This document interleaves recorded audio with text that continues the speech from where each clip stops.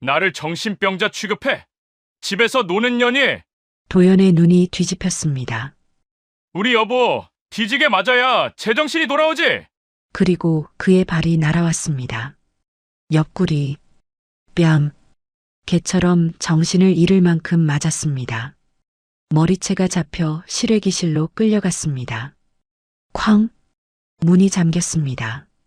어둠 속에서 하영은 벽에 기댄 채 숨을 고르고 있었습니다. 오늘의 이야기 시작 전에 댓글로 시청하고 계신 곳을 알려주시면 감사한 마음으로 정중히 인사드리고 싶습니다. 그럼 이야기 바로 시작하겠습니다.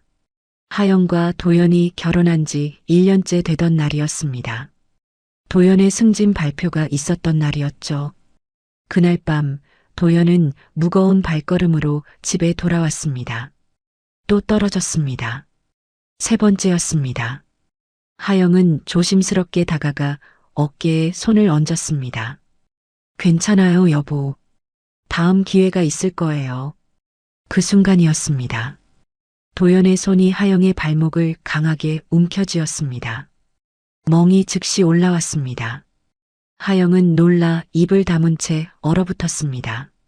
말을 할 수 없었습니다. 도연은 곧 울며 매달렸습니다. 미안해, 나 요즘 진짜 무너져. 제발 떠나지 마. 하영은 하고 싶은 말을 삼켰습니다. 그 말은 목구멍을 넘지 못했습니다.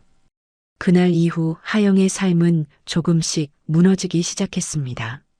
처음엔 물건을 던지는 것으로 시작됐습니다.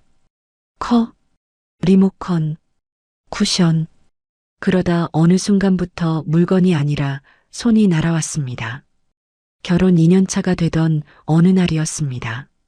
도연이 회식 후 늦게 들어왔습니다. 하영은 이미 잠들어 있었죠. 도연이 하영을 깨웠습니다. 왜 전화 안 받아? 하영은 눈을 비비며 일어났습니다. 자고 있었어요. 거짓말하지 마. 누구랑 통화하느라 안 받은 거지. 말이 끝나기 무섭게 재킷이 날아왔습니다. 하영의 얼굴에 정확히 맞았습니다. 금속 지퍼가 뺨을 긁었습니다. 피 한 줄기가 흘렀습니다. 하영은 몸을 작게 말고 바닥만 봤습니다. 대답하지 않았습니다. 움직이지도 않았습니다. 10분쯤 지났을까요? 도연이 무릎을 꿇고 다가왔습니다. 또 울고 있었습니다. 나도 내가 싫어, 나 진짜 고칠게. 하영은 감정을 지운 채 숨만 쉬었습니다. 아무 말도 하지 않았습니다. 그렇게 시간이 흘렀습니다. 같은 패턴이 반복됐습니다. 폭력, 사과, 눈물, 용서, 그리고 다시 폭력. 하영은 점점 말을 잃어갔습니다. 친구들과의 약속을 끊었습니다. 전화도 받지 않았습니다. 친정에도 거의 가지 않았습니다. 어머니가 물으면 괜찮다고만 했습니다. 엄마, 나 괜찮아. 그냥 바빠서 그래. 하지만 거울 속 하영의 얼굴은 점점 창백해지고 있었습니다. 눈가엔 다크서클이 짙게 내려앉았습니다. 미소는 사라진 지 오래였습니다. 도연의 폭력은 점점 더 예측 불가능해졌습니다. 어떤 날은 아무 이유 없이, 어떤 날은 밥이 짜다는 이유로, 어떤 날은 자신의 기분이 나쁘다는 이유만으로 하영은 숨쉬는 것조차 조심스러워졌습니다. 도연이 문을 열고 들어오는 소리만 들려도 온몸이 긴장됐습니다. 발소리만으로 오늘의 기분을 파악해야 했습니다. 무거운 발소리는 위험 신호였습니다. 빠른 발소리는 더 위험했습니다. 하영은 자신도 모르게 생존 매뉴얼을 만들어가고 있었습니다. 눈을 마주치지 말 것, 대꾸하지 말 것, 작게 숨 쉴 것, 소리 내지 말 것. 그렇게 하영은 집안에서 투명 인간이 되어갔습니다. 어느 날 밤이었습니다. 하영은 화장실 거울 앞에 서 있었습니다. 팔뚝에 멍, 허벅지에 멍, 갈비뼈 부근에 시퍼런 자국. 하영은 거울 속 자신을 바라봤습니다. 낯선 사람이 서 있었습니다. 입술이 떨렸습니다. 하지만 울음은 나오지 않았습니다. 이미 눈물도 말라버린 것 같았습니다. 그때였습니다. 욕실 문이 열렸습니다. 거기서 뭐해? 도연의 목소리였습니다. 하영은 재빨리 긴 팔티를 입었습니다. 아무것도 아니에요. 빨리 나와. 내일 아침 일찍 나가야 하니까 도시락 싸놔. 네. 하영은 고개를 숙인 채 욕실을 나왔습니다. 그날 밤 하영은 부엌에서 도시락을 싸며 생각했습니다. 언젠가나 정말 죽을 수도 있겠다. 그 생각이 처음으로 선명하게 머릿속에 박혔습니다. 하지만 어떻게 해야 할지 몰랐습니다. 어디로 가야 할지도 몰랐습니다. 아니, 정확히는 갈 수 있을 거라고 믿지 못했습니다. 도연은 늘 말했습니다. 넌 나 없으면 아무것도 아니야. 내가 어디 가봤자 아무도 안 믿어. 다 내 잘못이야. 내가 날 이렇게 만든 거야. 하영은 그 말들을 믿기 시작했습니다. 자신이 잘못했다고, 자신이 부족하다고. 계절이 바뀌었습니다. 여름이 지나고 가을이 왔습니다. 폭력은 여전했습니다. 때로는 더 심해졌습니다. 하영의 몸은 점점 더 많은 상처로 덮여갔습니다. 보이지 않는 곳의 멍들, 긴 옷으로 가려지는 자국들. 하영은 더 이상 거울을 보지 않았습니다. 자신을 마주하는 게 두려웠습니다. 그리고 그의 겨울이 왔습니다. 김장을 해야 하는 날이었습니다. 하루 종일 배추를 다듬고 양념을 버무렸습니다. 팔은 부르트고 손은 까져 있었습니다. 한쪽엔 빨래가 산처럼 쌓여 있었습니다. 하영은 문득 깨달았습니다. 이대로라면 정말로 죽을 수도 있다는 것을. 그 감각이 이번엔 더 선명했습니다. 더 절박했습니다. 현관문이 열렸습니다. 하영의 어깨가 자동으로 굳었습니다. 그리고 그날 모든 게 바뀌기 시작했습니다. 그날은 김장하는 날이었습니다. 아침 일찍부터 하영은 배추를 씻고 절이고 양념을 만들었습니다. 손은 이미 빨갛게 부르튼 상태였습니다. 배춧잎 사이로 고춧가루가 스며들어 따가웠습니다. 오후가 되자 팔 전체가 저리기 시작했습니다. 허리도 끊어질 것 같았습니다. 거실 한쪽엔 빨래가 산처럼 쌓여 있었습니다. 설거지도 밀려 있었습니다. 하영은 잠시 주저앉아 손을 펴봤습니다. 손가락 마디마디가 뻣뻣했습니다. 그때 문득 생각이 들었습니다. 이대로면 언젠가 정말 죽겠다. 이 감각은 처음이 아니었습니다. 하지만 이번엔 달랐습니다. 더 선명했습니다. 더 절박했습니다. 하영은 천천히 일어났습니다. 이번엔 말해야 해. 3년 동안 삼켜온 말이었습니다. 도연에게 전문적인 도움이 필요하다는 걸 알았습니다. 이번엔 삼키지 말아야 한다고 생각했습니다. 저녁 6시쯤이었습니다. 현관문이 열렸습니다. 그 소리만으로 하영의 어깨가 자동으로 굳어버렸습니다. 도연이 들어왔습니다. 서류 가방을 바닥에 던졌습니다. 쾅! 집꼬라지가 이게 뭐야? 하영은 본능적으로 뒤로 물러났습니다. 얼굴을 막았습니다. 하지만 이번엔 말을 삼키지 않기로 했습니다. 여보, 목소리가 떨렸습니다. 병원 가보는 게 좋을 것 같아.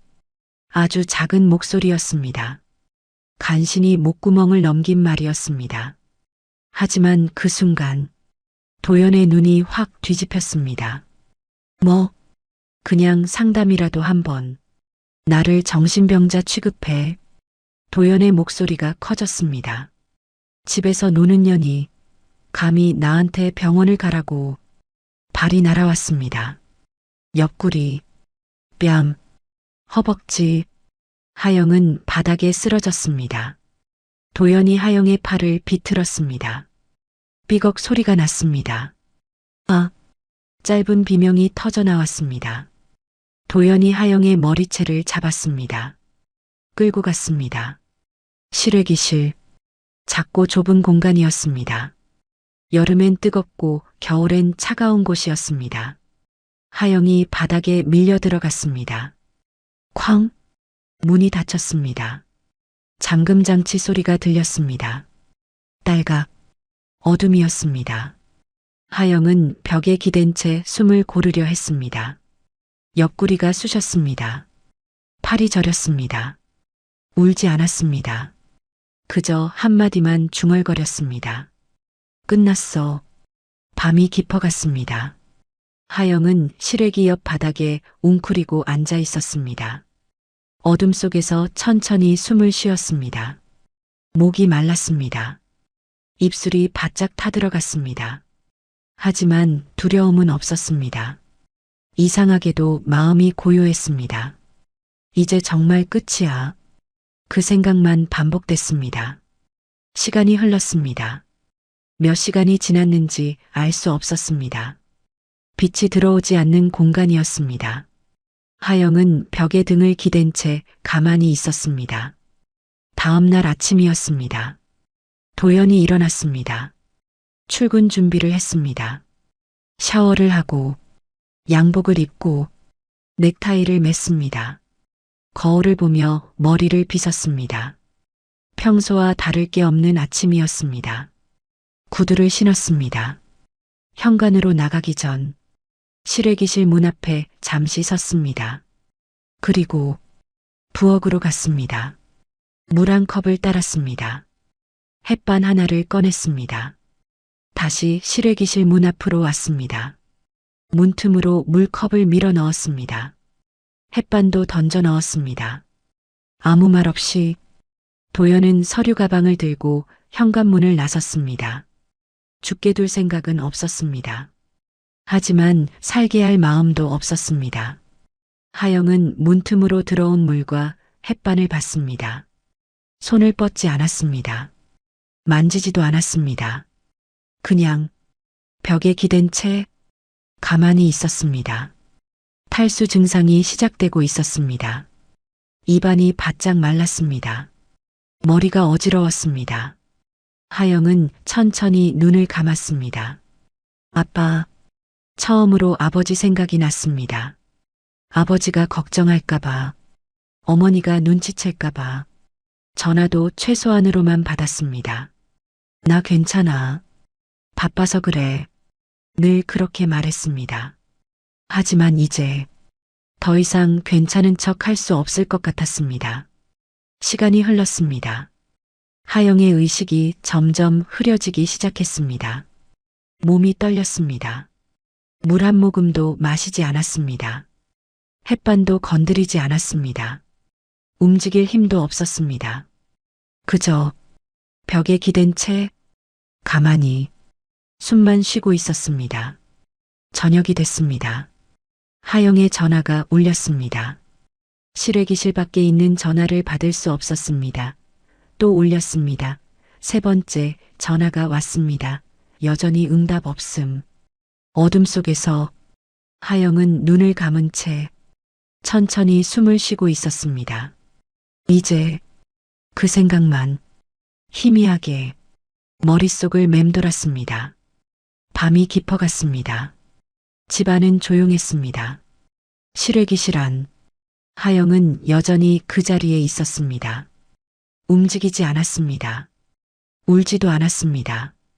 그저 숨만 천천히 쉬고 있었습니다. 이틀째가 되어가고 있었습니다. 이틀째 되던 날 오전이었습니다. 친정아버지 박종환은 휴대폰을 보고 있었습니다. 하영에게서 연락이 없었습니다. 어제도 그제도 전화를 걸었습니다. 응답 없음. 다시 걸었습니다. 여전히 응답 없음. 세 번째 전화. 받지 않았습니다. 종아의 표정이 굳었습니다. 하영은 평소에도 연락이 뜸한 편이었습니다. 하지만 이틀 동안 완전히 연락이 두절된 건 처음이었습니다. 종아는 즉시 통화 기록을 확인했습니다. 마지막 통화는 사흘 전이었습니다. 위치 추적도 했습니다. 계속 집에만 있었습니다. 움직임이 없었습니다.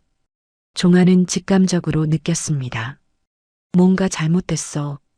오후 2시, 종아는 관할 경찰서에 전화를 걸었습니다. 이틀째 연락 두절입니다. 생명과 신체 안전에 위험이 있다고 판단됩니다. 119와 관리사무소 합동으로 문 개방을 승인해 주십시오. 절차가 빠르게 진행됐습니다. 경찰총장의 요청이었습니다. 생명 위험 상황으로 판단됐습니다. 119 구조대가 출동했습니다. 관리사무소 직원도 함께 움직였습니다. 오후 3시 아파트 앞에 구급차가 도착했습니다.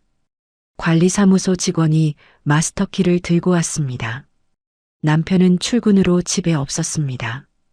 현관문이 열렸습니다. 하영 씨, 계세요. 구조대원이 큰 소리로 불렀습니다. 거실, 주방, 침실 모두 확인했습니다. 아무도 없었습니다. 그때 한 구조대원이 실외기실 문을 발견했습니다. 잠겨 있었습니다. 여기 잠겨 있습니다. 문고리를 돌렸습니다. 열리지 않았습니다. 안쪽에서 잠겨 있었습니다. 문 열겠습니다. 공구로 잠금 장치를 해제했습니다. 딸각, 문이 열렸습니다. 실외기 사이, 바닥, 웅크린 채 쓰러져 있는 사람, 하영이었습니다. 탈수 증상, 얼굴과 팔에 멍, 마른 피자국, 몸 떨림, 눈 초점 없음, 여기 있습니다. 즉시 이송 필요합니다. 구조대원이 급히 외쳤습니다. 종아가 도착했습니다. 실외기실 안을 봤습니다. 딸이 바닥에 쓰러져 있었습니다. 종아는 감정을 지운 얼굴로 천천히 걸어 들어갔습니다. 딸을 조심히 안아 올렸습니다. 이제 됐다. 아빠 왔다. 목소리는 낮고 단단했습니다. 떨리지 않았습니다. 하영은 희미하게 눈을 떴습니다. 아버지를 봤습니다. 말은 나오지 않았습니다. 다만 눈물 한 줄기가 흘렀습니다. 종아는 딸을 구급차까지 안고 갔습니다. 병원 응급실, 하영은 링거를 맞으며 누워 있었습니다. 의료진이 빠르게 움직였습니다. 탈수 심각합니다. 수액 투여 중입니다. 전신에 다발성 멍과 타박상이 보입니다. 팔 부위 염좌 의심됩니다. 종아는 침상 옆에 서서 딸을 내려다봤습니다. 아무 말도 하지 않았습니다. 하영은 천천히 숨을 들이쉬었습니다. 정신이 조금씩 돌아오고 있었습니다. 1시간 후 담당 의사가 종아에게 다가왔습니다. 상해 진단서 발급 가능합니다. 전신 타박상, 염좌, 그리고 감금으로 인한 탈수 증상이 명확합니다. 사진 촬영 부탁드립니다. 네, 이미 촬영 완료했습니다. 증거였습니다. 상해 진단서, 감금 진단서, 멍 사진, 타박상 사진, 실외기실 현장 사진 모두 확보됐습니다. 종아는 고개를 끄덕였습니다. 저녁이었습니다. 하영은 침상에 누워 천장을 보고 있었습니다. 링거줄이 팔에 꽂혀 있었습니다. 종아가 침상 옆 의자에 앉았습니다. 하영아. 하영이 천천히 고개를 돌렸습니다. 아빠가 늦었구나. 종아의 목소리가 낮게 깔렸습니다. 하영은 고개를 저었습니다. 아니에요. 제가 말 안 했으니까요. 목소리가 갈라졌습니다. 종아는 딸의 손을 잡았습니다. 이제 아빠가 처리한다. 넌 아무 걱정하지 마. 하영은 눈을 감았습니다. 눈물이 또 흘렀습니다. 하지만 이번엔 달랐습니다. 두려움의 눈물이 아니었습니다. 안도였습니다. 이제 정말 끝낼 수 있어. 그날 밤, 종아는 병원 복도에서 전화를 걸었습니다. 형사 전문, 이혼 전문, 2명의 변호사에게 연락했습니다. 내일 아침 병원으로 와주십시오. 상담 필요합니다. 네, 총장님. 바로 가겠습니다. 전화를 끊었습니다. 종아는 창밖을 봤습니다. 밤하늘이 어두웠습니다. 표정은 여전히 차가웠습니다. 병실 안. 하영은 천천히 숨을 쉬고 있었습니다. 울지 않았습니다. 정신이 또렷해지고 있었습니다. 3년 동안 흐려져 있던 정신이 조금씩 깨어나고 있었습니다. 이제 내가 할 수 있는 게 있어. 하영은 눈을 떴습니다. 천장이 보였습니다. 형광등 불빛이 환했습니다. 실외기실의 어둠이 아니었습니다. 하영은 천천히 숨을 들이쉬었습니다. 시작이야. 진짜 시작이었습니다. 끝이 아니라 시작. 하영은 침상에 누운 채 천천히 다음을 준비하기 시작했습니다. 다음 날 아침 9시였습니다. 병원 상담실에 사람들이 모였습니다. 박종아, 변호사, 그리고 하영, 변호사 김도윤이었습니다. 형사와 이혼 전문이었습니다. 도윤은 서류 가방을 열었습니다. 서류들을 꺼내 테이블에 펼쳤습니다. 총장님, 먼저 확보된 증거부터 확인하겠습니다. 상해 진단서, 감금 진단서, 멍사진, 타박상 사진, 실외기실 현장 사진, 모두 정리되어 있었습니다.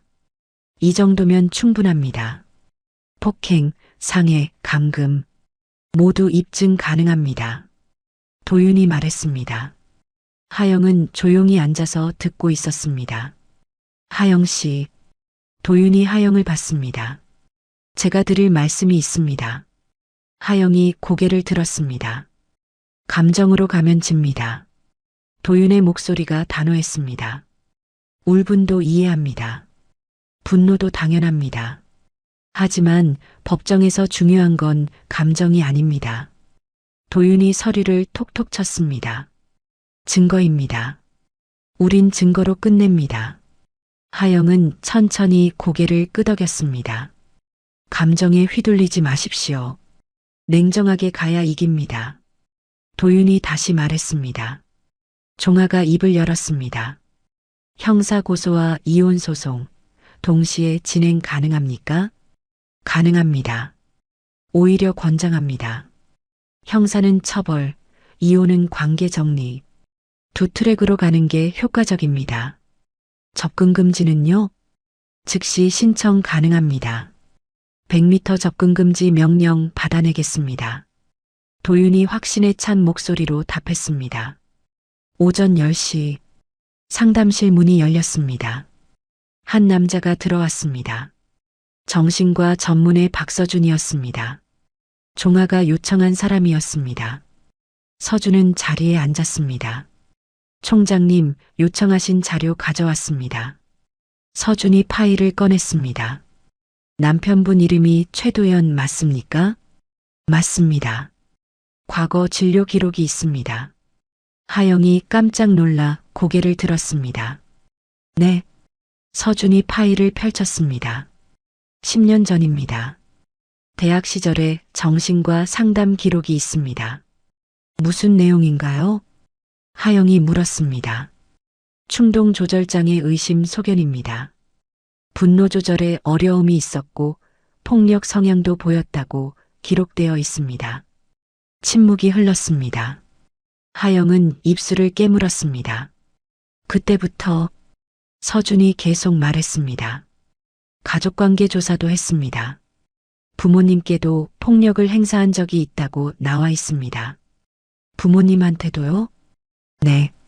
어머니가 병원에 데려왔던 기록이 있습니다. 하지만 치료는 오래 지속되지 않았습니다. 본인이 거부했습니다. 도윤이 서류를 받아봤습니다. 이건 중요한 증거입니다. 결혼 전부터 폭력 성향이 있었다는 걸 입증할 수 있습니다. 서준이 고개를 끄덕였습니다. 맞습니다. 그리고 제 소견으로는 최도연 씨는 고위험군입니다. 어떤 의미입니까? 종아가 물었습니다. 충동 폭력 성향이 있고 치료를 거부했으며 반복적으로 폭력을 행사했습니다. 이런 경우 재발 가능성이 매우 높습니다. 서준이 침착하게 설명했습니다. 더 위험한 건 본인이 문제를 인식하지 못한다는 겁니다. 하영 씨가 병원을 권유했을 때 폭발했다고 하셨죠? 하영이 고개를 끄덕였습니다. 전형적인 반응입니다. 자기 문제를 부정하고 타인에게 책임을 돌립니다. 이런 사람은 스스로 치료받으러 오지 않습니다. 그럼 앞으로도 하영의 목소리가 떨렸습니다. 서준이 하영을 똑바로 봤습니다. 네. 치료받지 않는 한 폭력은 반복됩니다. 그리고 점점 더 심해집니다. 침묵이 흘렀습니다. 하영은 두 손을 꽉 쥐었습니다. 도윤이 말했습니다. 이 진료 기록 법정에서 사용 가능합니까? 가능합니다. 공공의 이익을 위한 경우 환자 동의 없이도 제출할 수 있습니다. 특히 폭력 사건의 경우 더욱 그렇습니다.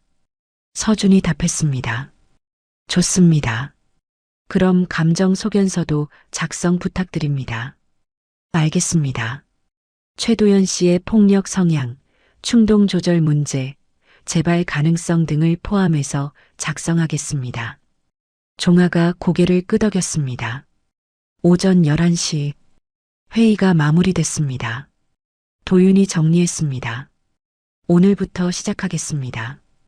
형사 고소장 접수, 접근금지 신청, 이혼 소송 준비 동시에 진행합니다. 빠르게 부탁드립니다.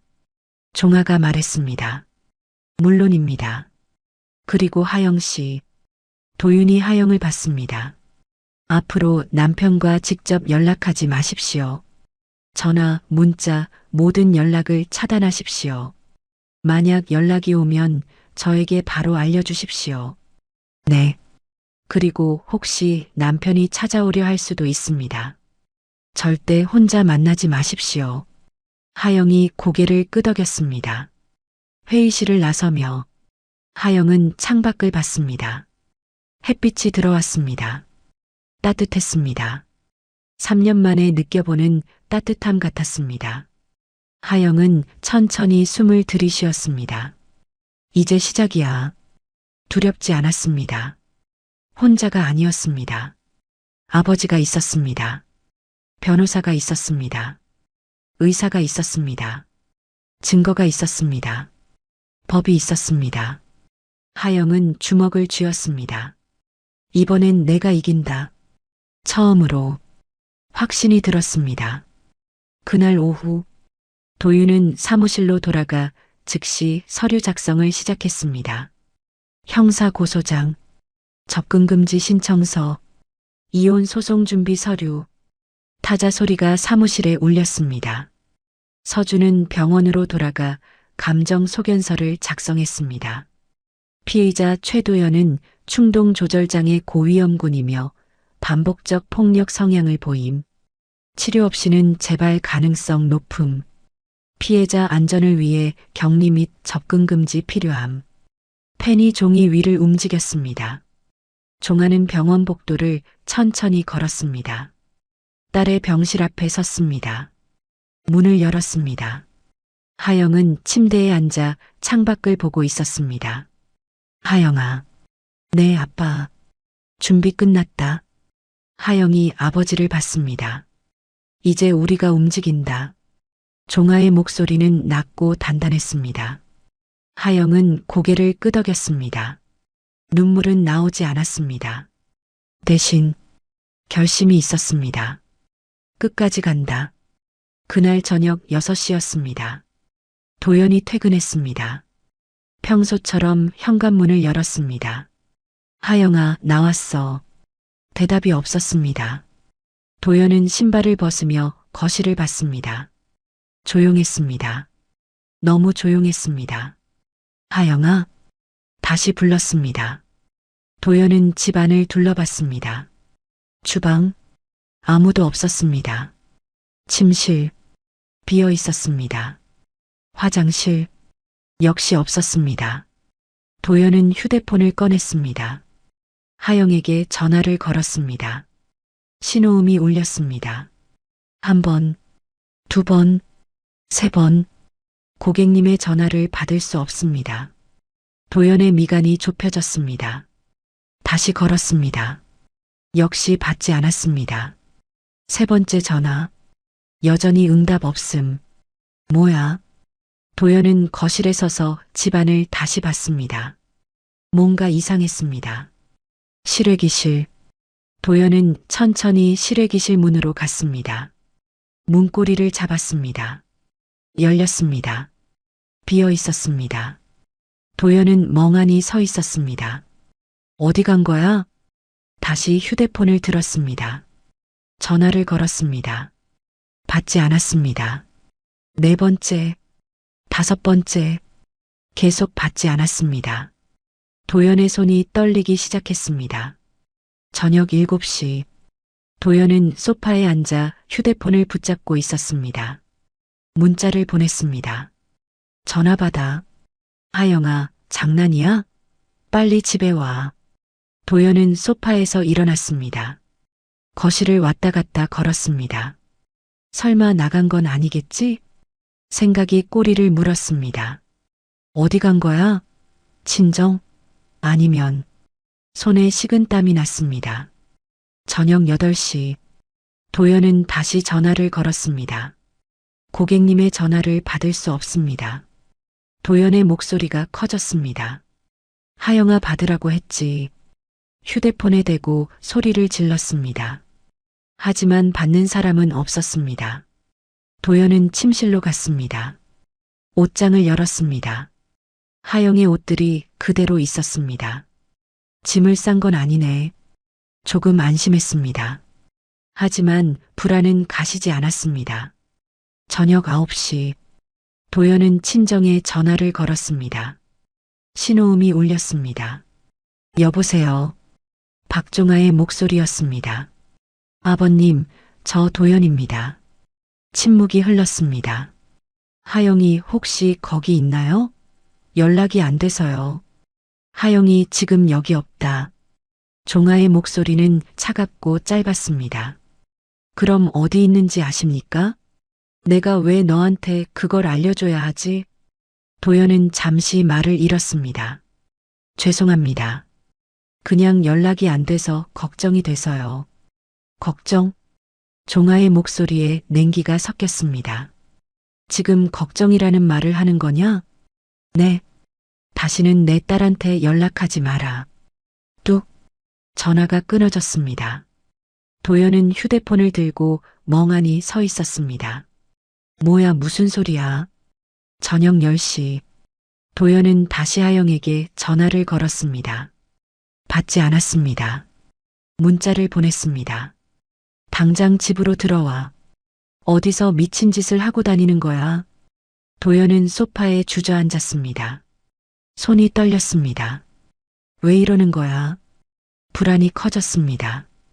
그리고 그 불안은 곧 분노로 바뀌었습니다. 도연은 다시 전화를 걸었습니다. 받지 않았습니다. 또 걸었습니다. 여전히 받지 않았습니다. 받으라고 소리를 질렀습니다. 하지만 아무도 듣지 않았습니다. 저녁 11시 도연은 휴대폰을 붙잡고 문자를 계속 보냈습니다. 하영아, 진짜 화낼 거야. 지금 당장 연락 안 하면 끝이야. 너 지금 뭐 하는 거야? 넌 경찰백으로 날 죽이려고 그러는 거지? 피해자는 나야. 모든 문자가 읽히지 않았습니다. 도연은 휴대폰을 바닥에 내던졌습니다. 쾅! 하지만 곧 다시 주워들었습니다. 손이 떨리고 있었습니다. 밤 12시 도연은 소파에 앉아 천장을 보고 있었습니다. 집은 여전히 조용했습니다. 하영은 돌아오지 않았습니다. 전화도 문자도 모두 무시당했습니다. 도연은 처음으로 깨달았습니다. 진짜 안 돌아올 수도 있겠다. 그 생각이 머릿속을 채웠습니다. 손이 더 심하게 떨렸습니다. 아니야, 설마. 하지만 불안은 계속 커졌습니다. 새벽 1시 도연은 침대에 누웠지만 잠들지 못했습니다. 천장만 보고 있었습니다. 휴대폰을 또 확인했습니다. 하영에게서 아무 연락도 없었습니다. 도연은 다시 전화를 걸었습니다. 고객님의 전화를 받을 수 없습니다. 도연은 휴대폰을 침대 옆에 던졌습니다. 눈을 감았습니다. 하지만 잠이 오지 않았습니다. 머릿속이 복잡했습니다. 왜 이렇게 된 거야? 내가 뭘 잘못한 거야? 하영이가 왜? 생각이 꼬리에 꼬리를 물었습니다. 새벽 3시, 도연은 여전히 잠들지 못했습니다. 일어나 거실로 나왔습니다. 불을 켰습니다. 텅 빈 거실이었습니다. 아무도 없었습니다. 도연은 소파에 앉았습니다. 머리를 감싸쥐었습니다. 하영아, 작게 중얼거렸습니다. 하지만 대답은 없었습니다. 다음 날 아침, 도연은 거의 잠들지 못한 채 출근했습니다. 눈 밑에 다크서클이 짙게 내려앉았습니다. 회사에서도 집중이 되지 않았습니다. 휴대폰만 계속 확인했습니다. 하영에게서 아무 연락도 없었습니다. 점심시간에 다시 전화를 걸었습니다. 고객님의 전화를 받을 수 없습니다. 도연은 휴대폰을 꽉 쥐었습니다. 대체 뭐가 어떻게 된 거야? 불안과 분노가 뒤섞였습니다. 하지만 할 수 있는 건 아무것도 없었습니다. 하영은 전화를 받지 않았습니다. 문자도 읽지 않았습니다. 그 어떤 반응도 보이지 않았습니다. 도연은 처음으로 통제할 수 없는 상황에 놓였습니다. 그리고 그것이 그를 더욱 불안하게 만들었습니다. 그날 오후 도연의 휴대폰이 울렸습니다. 모르는 번호였습니다. 받았습니다. 여보세요? 최도연 씨 맞습니까? 낯선 남자의 목소리였습니다. 네, 그런데요. 저는 변호사 김도윤입니다. 도연의 얼굴이 굳었습니다. 폭행, 상해, 감금 혐의로 형사 고소장이 접수됐습니다. 곧 경찰 조사 받으실 겁니다. 뚝. 전화가 끊어졌습니다. 도연은 휴대폰을 든 채 얼어붙었습니다. 손이 떨렸습니다. 온몸이 차가워졌습니다. 뭐라고? 사흘 후였습니다. 도연은 경찰서 조사실에 앉아 있었습니다. 형사 2명이 맞은편에 앉았습니다. 최도연 씨, 폭행과 감금 혐의에 대해 조사하겠습니다. 형사가 서류를 펼쳤습니다. 저는 그런 적 없습니다. 도연의 목소리가 떨렸습니다. 실외기실에 부인을 가둔 사실이 있습니까? 그건 잠깐 화가 나서. 얼마나 가뒀습니까? 하루 아니 이틀. 이틀 동안 음식과 물은 제공했습니까? 물이랑 햇반 줬습니다. 형사가 사진을 꺼냈습니다. 하영의 멍 사진이었습니다. 팔에 멍, 얼굴에 멍, 허벅지에 타박상. 이건 어떻게 생긴 겁니까? 도연은 사진을 보고 얼굴이 하얗게 질렸습니다. 그건 제가 실수로 이렇게 됩니까? 형사의 목소리가 차가웠습니다. 도연은 말문이 막혔습니다. 조사는 3시간 동안 계속됐습니다. 도연은 땀을 흘리며 앉아 있었습니다. 조사는 여기까지 하겠습니다.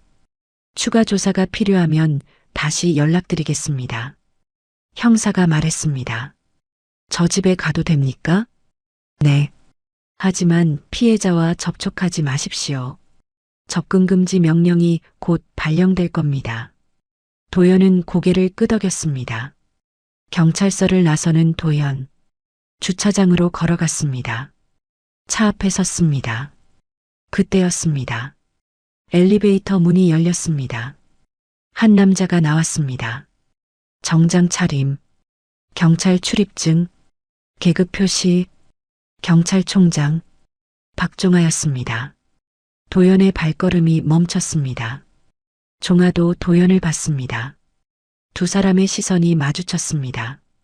도연의 얼굴이 하얗게 변했습니다. 핏기가 사라졌습니다. 입술이 파르르 떨렸습니다. 종하는 천천히 걸어왔습니다. 도연 앞에 섰습니다. 침묵이 흘렀습니다. 종하가 입을 열었습니다. 내가 손댄 건 목소리는 낮고 차갑고 단단했습니다. 내 딸이다. 도연은 숨이 막히는 것 같았습니다. 말이 나오지 않았습니다. 종아는 도연을 똑바로 봤습니다. 기억해라. 그 말만 남기고 종아는 돌아섰습니다. 천천히 걸어갔습니다. 도연은 그 자리에 얼어붙은 채 서 있었습니다. 손이 떨렸습니다. 다리도 떨렸습니다. 온몸에 식은땀이 흘렀습니다. 경찰총장, 그제야 깨달았습니다. 자신이 누구를 건드렸는지. 집으로 돌아온 도연, 소파에 주저앉았습니다. 머리를 감싸쥐었습니다. 어떡하지? 생각이 꼬리를 물었습니다. 휴대폰이 울렸습니다. 회사 인사팀이었습니다. 여보세요? 최도연 대리님, 인사팀입니다. 내일 오전 10시에 인사팀으로 와주시기 바랍니다. 무슨 일입니까? 오시면 말씀드리겠습니다. 뚝, 전화가 끊어졌습니다. 도연은 휴대폰을 들고 멍하니 앉아 있었습니다. 불안이 커졌습니다. 다음 날 아침, 도연은 인사팀에 갔습니다. 인사팀장이 서류를 꺼냈습니다. 최도연 대리님, 가정폭력 관련 형사사건으로 입건되신 거 맞습니까? 도연의 얼굴이 굳었습니다. 그건 오해입니다. 오해 여부는 중요하지 않습니다. 회사 이미지에 심각한 타격을 줄 수 있는 사안입니다. 인사팀장의 목소리가 차갑게 식었습니다. 징계위원회에 회부됩니다. 그 전까지 직위해제 조치합니다. 직위해제요? 네. 업무에서 배제되며 사무실 출입도 제한됩니다. 서류가 앞으로 밀려왔습니다. 서명하십시오. 도연은 떨리는 손으로 펜을 잡았습니다. 서명했습니다. 회사를 나서는 도연. 복도를 걸었습니다. 동료들이 수군거렸습니다. 저 사람 가정폭력으로 걸렸대. 진짜? 완전 충격이네. 부인을 가뒀다던데. 말도 안 돼. 도연은 고개를 숙인 채 걸었습니다. 사람들의 시선이 느껴졌습니다. 수군거림이 들렸습니다. 엘리베이터에 올랐습니다. 문이 닫혔습니다. 도연은 거울에 비친 자신을 봤습니다. 초췌한 얼굴, 다크서클, 떨리는 눈동자. 이게 내 모습이야? 며칠 후, 법원에서 접근금지 명령이 발령됐습니다. 100m 접근금지, 3년간 유효. 도연은 서류를 받아들고 멍하니 앉아 있었습니다. 하영이를 만날 수도 없다고? 현실이 실감나지 않았습니다. 며칠 전까지만 해도 하영은 집에 있었습니다. 자신의 말을 들었습니다. 자신이 통제할 수 있었습니다. 그런데 지금은 하영은 사라졌습니다. 연락도 되지 않습니다. 경찰 조사를 받았습니다. 회사에서 직위해제됐습니다. 접근금지 명령까지 받았습니다. 어떻게 이렇게 됐지? 도연은 소파에 쓰러져 있었습니다. 일주일 후 징계위원회가 열렸습니다. 도연은 회의실에 혼자 앉아 있었습니다. 임원 5명이 앞에 앉았습니다. 최도연 대리 형사사건이 진행 중이고 언론에도 보도될 가능성이 있습니다. 회사는 이런 사안에 대해 무관용 원칙을 적용합니다. 징계위원회 결정입니다. 해고 처분.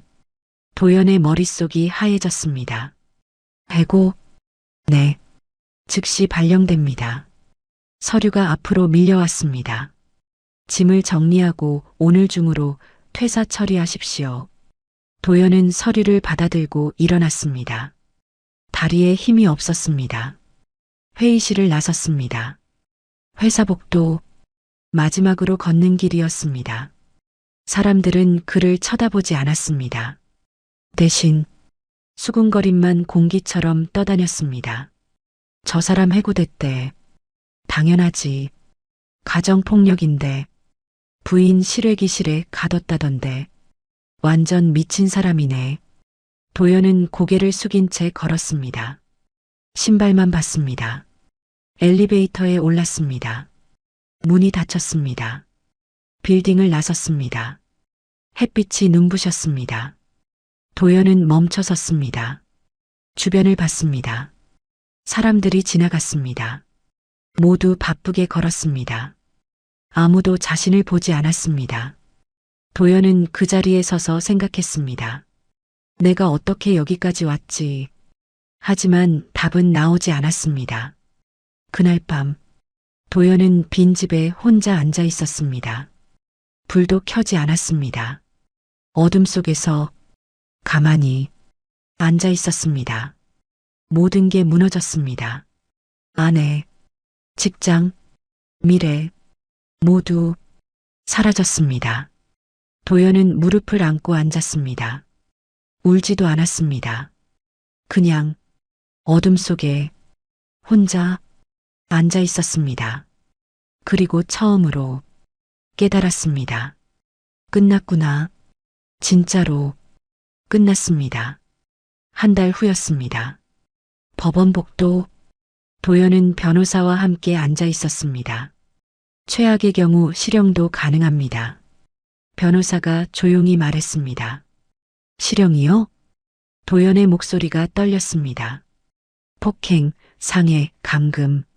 세 가지 혐의 모두 증거가 명확합니다. 의료 기록, 사진, 현장 증거 모두 있습니다. 합의는 안 됩니까?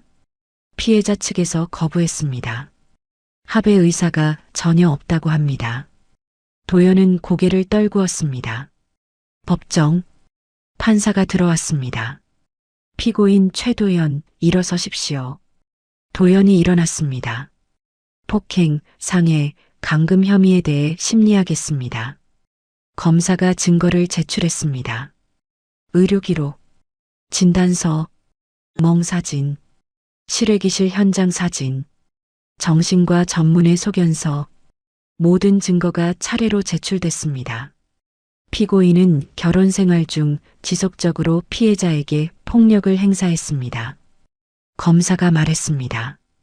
특히 이번 사건은 이틀간 실외기실에 감금한 중대한 범죄입니다.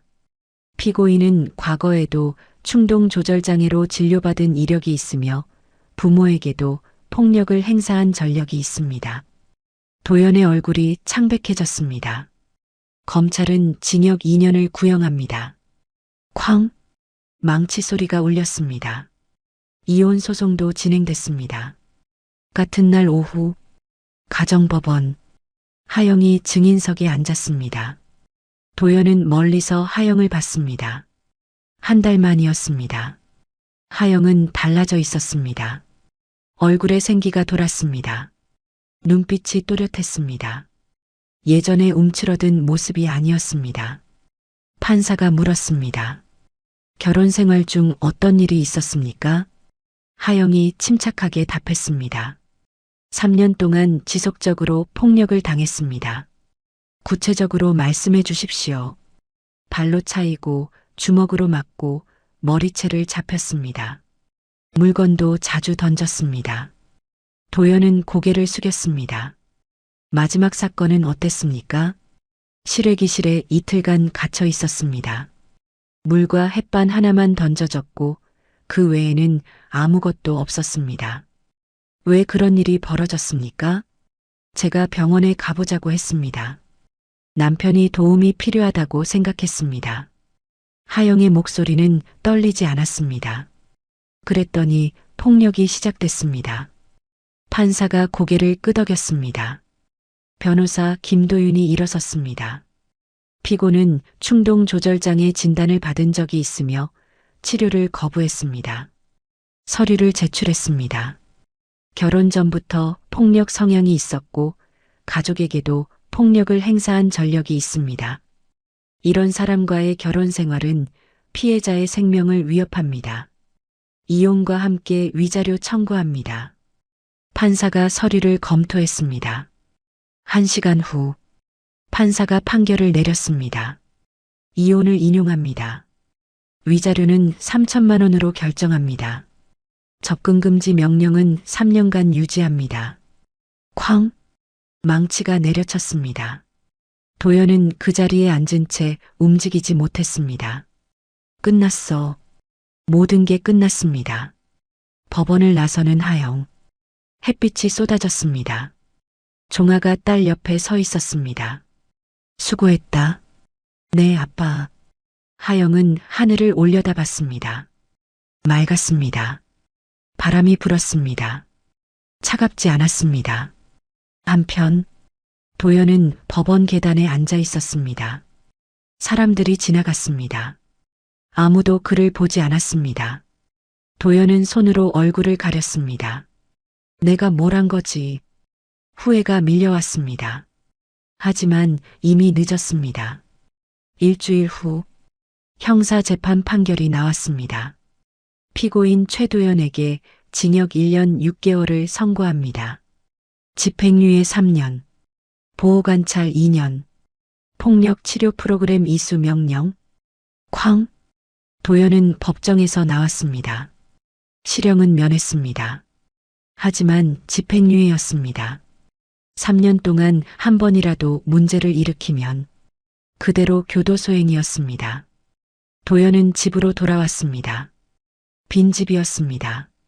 거실, 주방, 침실 모두 텅 비어 있었습니다. 하영의 흔적은 모두 사라졌습니다. 도연은 소파에 앉았습니다. 텔레비전을 켰습니다. 화면만 보고 있었습니다. 내용은 머리에 들어오지 않았습니다. 며칠 후 도연은 구직 사이트를 열었습니다. 이력서를 작성했습니다. 하지만 정과 기록, 집행유예 어디에도 쓸 수 없었습니다. 면접을 봐도 혹시 범죄 경력이 있으십니까? 네. 어떤 내용입니까? 폭행과 감금입니다. 아, 죄송하지만 저희는 계속 떨어졌습니다.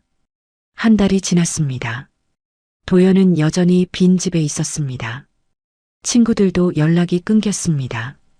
야, 들었어. 너 부인 때렸다며?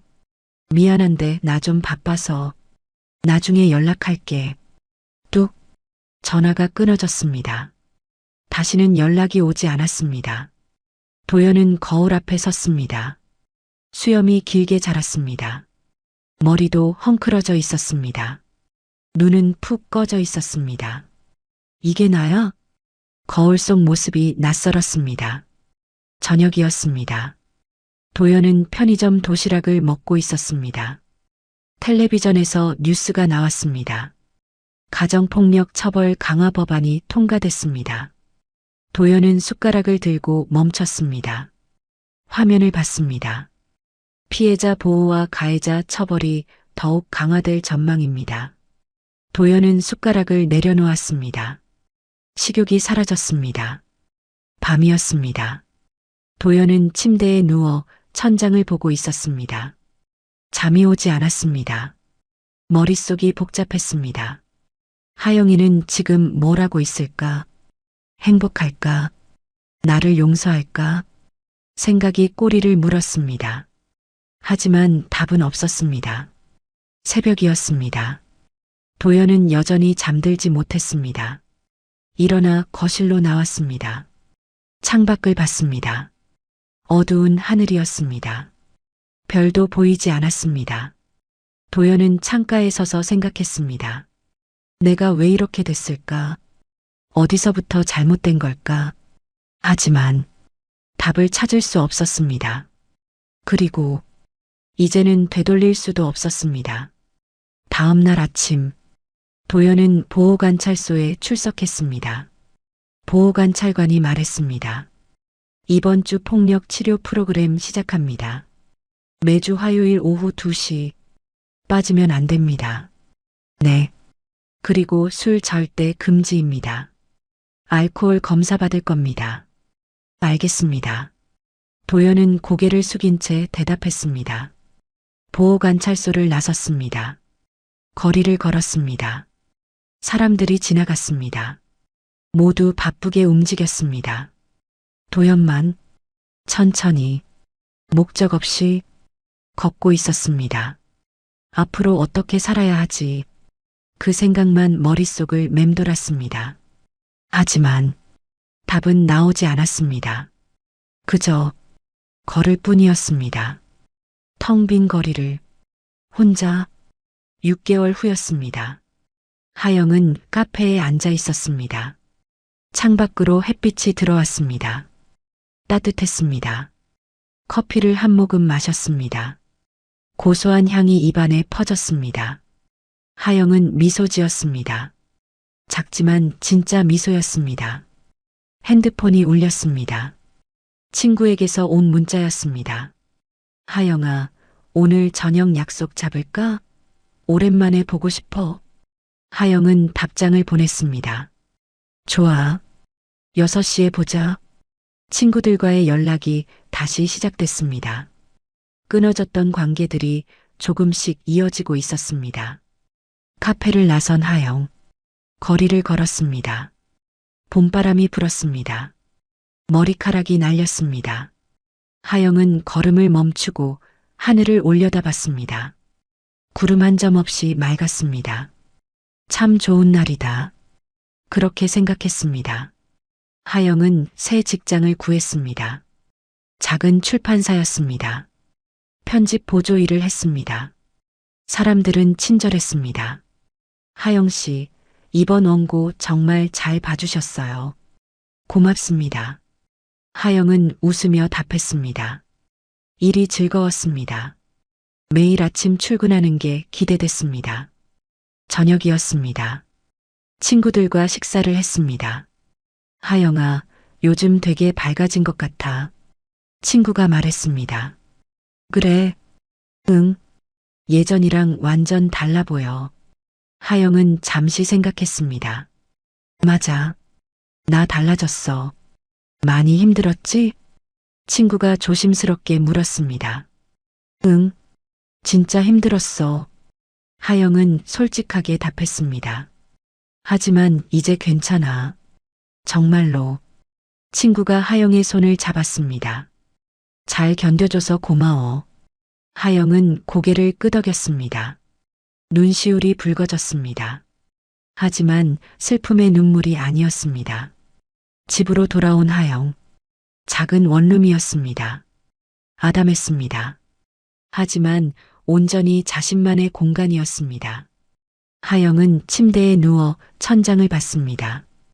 형광등 불빛이 환했습니다. 실외기실의 어둠이 아니었습니다. 하영은 천천히 숨을 들이쉬었습니다. 이제 내 삶은 내 거야. 그 생각이 확신으로 자리 잡았습니다. 주말이었습니다. 하영은 친정을 방문했습니다. 종아가 문을 열었습니다. 왔구나. 네, 아빠. 하영은 집 안으로 들어갔습니다. 어머니가 부엌에서 나왔습니다. 하영아, 많이 먹어야 해. 너무 말랐어. 엄마, 나 살 다시 찌고 있어. 하영은 웃으며 답했습니다. 식탁에 둘러앉았습니다. 따뜻한 밥상이었습니다. 하영아, 요즘 어때? 종아가 물었습니다. 좋아요. 회사도 괜찮고 사람들도 좋아요. 밤에 잘 자니? 네. 요즘엔 잘 자요. 하영은 편안하게 답했습니다. 종아는 딸을 바라봤습니다. 표정이 부드러워졌습니다. 잘하고 있구나. 네, 아빠. 식사 후 하영은 거실 창가에 서서 밖을 봤습니다. 아파트 단지 안나무들이 보였습니다. 새순이 돋아나고 있었습니다. 봄이었습니다. 종아가 옆에 섰습니다. 하영아. 네. 아빠가 미안하다.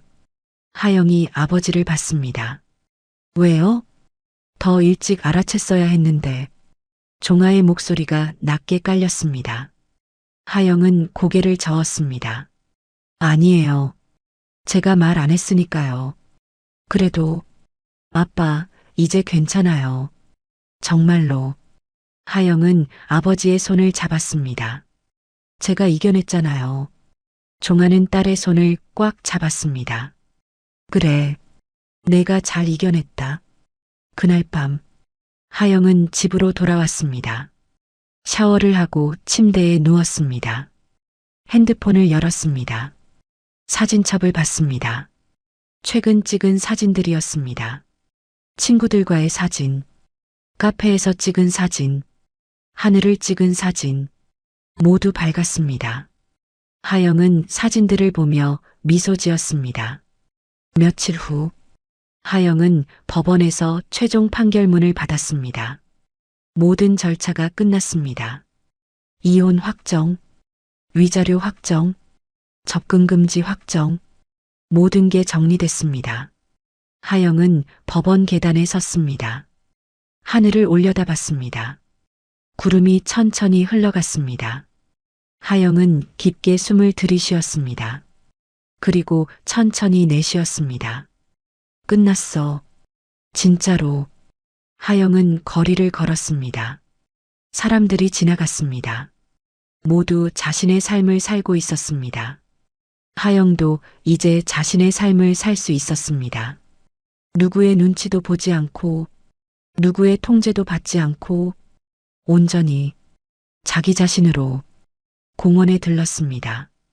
벤치에 앉았습니다. 아이들이 뛰어놀고 있었습니다. 웃음소리가 들렸습니다. 하영은 그 모습을 보며 미소 지었습니다. 핸드폰이 울렸습니다. 회사 동료에게서 온 문자였습니다. 하영 씨, 오늘 회식 가실 수 있어요? 하영은 답장을 보냈습니다. 네, 갈게요.